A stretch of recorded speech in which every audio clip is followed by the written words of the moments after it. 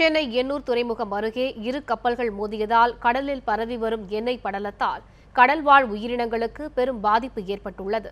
அதனால் கடல் மாசை உடனடியாக அகற்ற போர்க்கால அடிப்படையில் நடவடிக்கைகளை மேற்கொள்ள வேண்டும் என பல்வேறு தரப்பினரும் வலியுறுத்தியுள்ளனர். எண்ணூர் துறைமுகத்தில் எரிவாயுவை இறக்கிவிட்டு வெளியேறிய WP மேப்பல் என்கிற ஈரான் கப்பலும், மும்பையிலிருந்து ஸ்பீட் டீசல் ஏற்றி வந்த டான் காஞ்சிபுரம் என்கிற கப்பலும் துறைமுகத்திலிருந்து சுமார் 1.8 நாட்டிக்கல் அருகே கடந்த சனிக்கிழமை மோதிக்கொண்டன.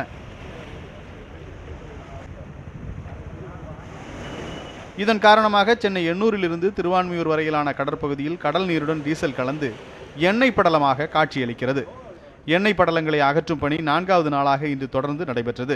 எண்ணெய் படலங்களை அகற்றும் பணியில் கடலோர காவல் படையின் மாசு கட்டுப்பாட்டு குழு மற்றும் தமிழ்நாடு மாசு கட்டுப்பாட்டு வாரியம் ஆகியவை ஈடுபட்டு வருகின்றன. இப்பணிகளை திருவள்ளூர் மாவட்ட ஆட்சியர் சுந்தரவள்ளி நேரடியாக பார்வையிட்டதுடன் பணிகளை விரைவில் முடிப்பதற்காக கூடுதலாக 3 சக்கர இயந்திரங்கள் வரவழைக்கப்பட்டுள்ளதாக கூறினார். எண்ணூர் இந்த ராமகிருஷ்ணாபுரம்ன்ற இடத்துல செட்டில் ஆயிருக்கு. ஸோ இதை எடுக்கின்ற பணி நேற்றுக்கு தமிழக அரசு உத்தரவின்படி கோஸ்ட் கார்டு பீப்புள் பண்ணிகிட்ருக்காங்க. கோஸ்ட் கார்டோடு இணைந்து மாசு கட்டுப்பாட்டு வாரியம், வருவாய்த்துறை, மீன்வளத்துறை அவங்களும் ஃபீல்டில் இருக்காங்க. இதை எவ்வாறு வெகு விரைவில் அகற்றலாம்ன்றதுக்காக இன்றைக்கி இந்த ஆலோசனையும் இந்த ஸ்பாட் விசிட்டும் இன்றைக்கி நடந்தது. கோஸ்ட் கார்டோட ரெக்வஸ்ட் படி இப்போது மெட்ரோ வாட்டர்லேருந்து 3 சூப்பர் சக்கர் மிஷன்ஸ் கொண்டிருக்கிறது. எண்ணெய் கசிவு ஏற்படும் காலகட்டங்களில் நிலைமையை சமாளிக்க தேவையான பயிற்சிகளுடன் இந்திய கடலோர காவல் படையின் மாசு கட்டுப்பாட்டு குழு தயார் நிலையில் இருந்ததாக கடலோர காவல் படை அதிகாரிகள் கூறுகின்றனர். ஆனால் விரைவான நடவடிக்கைகள் மேற்கொள்ளப்படாத காரணத்தால் எண்ணெய் திட்டுக்கள் சென்னை மெரினா கடற்கரை பகுதியை தாண்டியும் பரவத் தொடங்கியுள்ளதாக சுற்றுச்சூழல் ஆர்வலர்கள் குற்றம் சாட்டுகின்றனர். மொதல் நாள் நீங்கள் எப்படி போய் சொல்லிட்டு அப்புறம் 3வது நாள் கொஞ்சோண்டு கசிச்சுன்னு சொல்லலாம். அது மொதல் விஷயம்.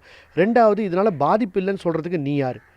மீனவர்களோட வலைகள் சேதமாயிருக்குது, மீன் பிடிப்பு சேதமாயிருக்குது, கடற்கரை சேதமாயிருக்குது. இது நம்ம கண்ணால் பார்க்க முடிய ஒரு சூழ்நிலையில் பாதிப்பு இல்லைன்னு சொல்லும்போது அந்த நிறுவனத்தோட பொறுப்பற்ற தன்மை நம்மளுக்கு வெளிப்படுது.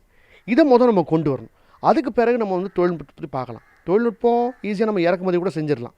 பொறுப்பும் நேர்மையும் இறக்குமதி செய்ய முடியாது. மீன் வளத்திற்கு பாதிப்பை உண்டாக்கியுள்ள இந்த எண்ணெய் படலம் கடல்வாழ் உயிரினமான அரிய வகை ஆமை இனங்கள் உயிரிழப்பதற்கும் காரணமாகியுள்ளதாக சுற்றுச்சூழல் ஆர்வலர்கள் தெரிவிக்கின்றனர். எண்ணெய் கசிவு குறித்து மீனவர்களும் கவலை தெரிவித்துள்ளனர். அண்மையில் ஏற்பட்ட வர்தா புயல் பாதிப்பிலிருந்து மீண்டு வருவதற்குள் மீண்டும் மீன்பிடி தொழில் செய்ய முடியாத நிலை ஏற்பட்டுள்ளதாக கூறும் மீனவர்கள் அரசு தங்களுக்கு உரிய நிவாரணம் அளிக்க வேண்டும் என்றும் வலியுறுத்தியுள்ளனர். திருவள்ளூர் மாவட்டத்தில் 24 கிராமம் இருக்குது. அந்த 24 கிராமத்தில் ஒரு ஊருக்கு 150 போட்டு ஒரு ஊருக்கு 150 ஒரு போட்டில் 4 பேர் தொழில் பண்ணுவாங்க. 5 பேர் தொழில் பண்ணுவாங்க. அப்போ எத்தனை பேர் பாதிக்கப்படுறாங்க? இதனால் எத்தனை குடும்பம் பாதிக்கப்படுது? தயவுசெய்து நீங்கள் அரசாங்கம் இதை ஏற்றுக்கிட்டு நல்ல முறை எங்களுக்கு என்ன செய்யணுமோ அது கண்டிப்பாக செய்து கொடுக்கணும். இந்தியாவில் எண்ணெய் படலத்தை அகற்றுவதில் கடலோர காவல் படையினரிடம் எவ்வித முன்னெச்சரிக்கை உபகரணங்களும் இல்லை என்றும் கடல் சுகாதாரத்தை பொறுத்தவரை பாதுகாப்பு நடவடிக்கைகள் இல்லை என்பதை இதுபோன்ற சம்பவம் எடுத்துக்காட்டுவதாக பாமக இளைஞரணி தலைவர் அன்புமணி ராமதாஸ் தெரிவித்துள்ளார். இன்னைக்கு மரீனா பீச் அந்த பக்கம்லாம் போயிடுச்சு. இன்னும் ஒரு நாளில் மகாபலி வரைக்கும் போய்டும். அதில் அது திருப்பி இது மீனுக்கு, அப்புறம் நம்ம ஆமைகளுக்கு ஆலிவ் ரிட்லி டர்ட்டில்ஸ்னு இருக்குது. இது உலக அளவில் இங்கே தான் அதிகமாக சென்னையில் தான் இருக்குது, சென்னை பகுதியில் தான் இருக்குது. இதற்கு மிக கடுமையான பாதிப்பு இருக்கும். இது மட்டும் இல்லை, மீனவர்களுடைய வாழ்வாதாரம் அடுத்த 6 மாதம் ஓராண்டு காலம் கேள்விக்குறையாக இருக்கும். அதில் இதற்கு தேவை உடனடியாக மத்திய அரசு உடனடியாக அதற்கு இதை ஏற்பாடு செய்து இதை மற்ற இடத்துல போகாமல் உடனடியாக அந்த கச்சா எண்ணெயை அகற்ற வேண்டும். கடற்பகுதியில் ஏற்படும் இதுபோன்ற விபத்துக்களால் சுற்றுச்சூழலுக்கு ஏற்படும் சீர்கேட்டை தடுக்க போதிய முன்னெச்சரிக்கை நடவடிக்கைகளை மத்திய மாநில அரசுகள் எடுக்க வேண்டும் என்பதே பலரின் கோரிக்கையாக உள்ளது.